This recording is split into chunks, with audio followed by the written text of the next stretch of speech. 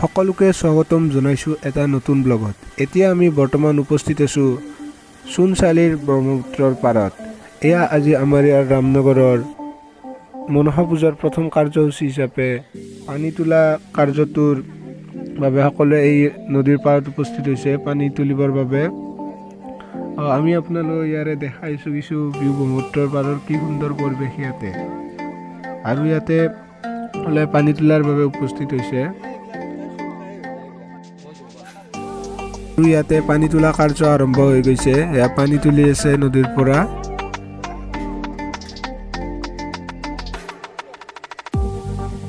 সকলোৱে পানী তুলি আছে।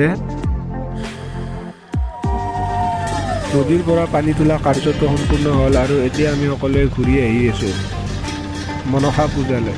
তেনেহ'লে বলক আমাৰ এয়া আমি আহি আছোঁ কিন্তু ইয়াতে এটা ডাঙৰ ঘটনা হ'ল, আমাৰ গাড়ীখনৰ এটা প্ৰব্লেম হ'ল আৰু বৰ্তমান এতিয়া খোজকাঢ়ি আহি আছোঁ। এয়া আমি খোজকাঢ়ি গৈ আছোঁ।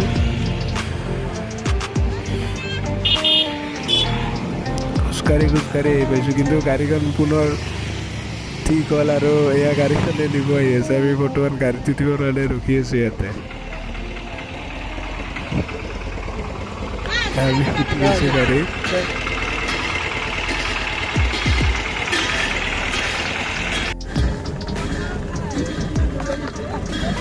গাড়ীখনৰ প্ৰব্লেমটো ভালকৈ ঠিক হোৱা নাই। ইয়াৰে কিবা এডাল কেবুল ছিঙি গৈছে, ইয়াৰ কাৰণে গাড়ীখন একদম চলিবই পৰা নাই। তথাপিও কিবাকৈ আহি আছে আৰু গাড়ীখন।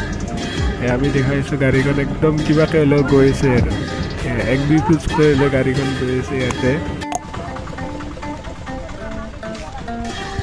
গাড়ীখনৰ পৰা পুনৰ খোজকাঢ়ি আহিছোঁ আমি। ইয়াৰ প্ৰব্লেমটো ঠিক নহ'ল ভালকৈ গাড়ীখনৰ। এয়া আমি এতিয়া পাহাৰ উঠি আছোঁ ইয়াৰে।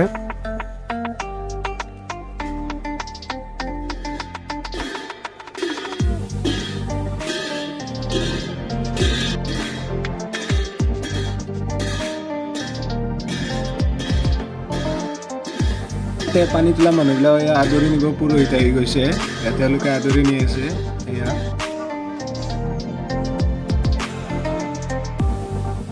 আমাৰ মন্দিৰৰ ভিউ দেখাইছোঁ। আজি পূজা বুলি কিছু অলপ বেলেগ দেখা হৈছে মন্দিৰটো।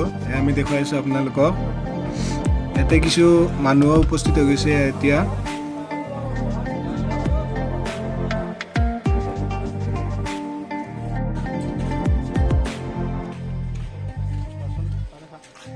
এইটোৱে আমাৰ মনসা মূৰ্তিটো হয়। এইটো পূজা আৰম্ভ হ'ব ধৰিছে আৰু মানুহ যথেষ্ট আহি পাইছে আৰু আহিব মানুহ এতিয়া।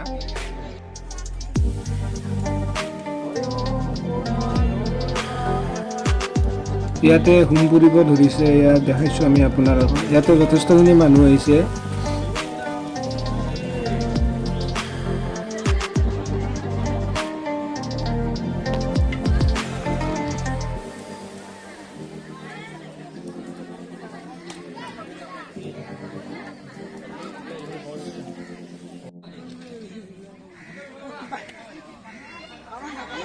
বিতৰণ কৰিছে পূজা সমাপ্ত হোৱাৰ পিছত, আৰু মানুহবিলাক লাহে লাহে ঘৰলৈ যাব ধৰিছে।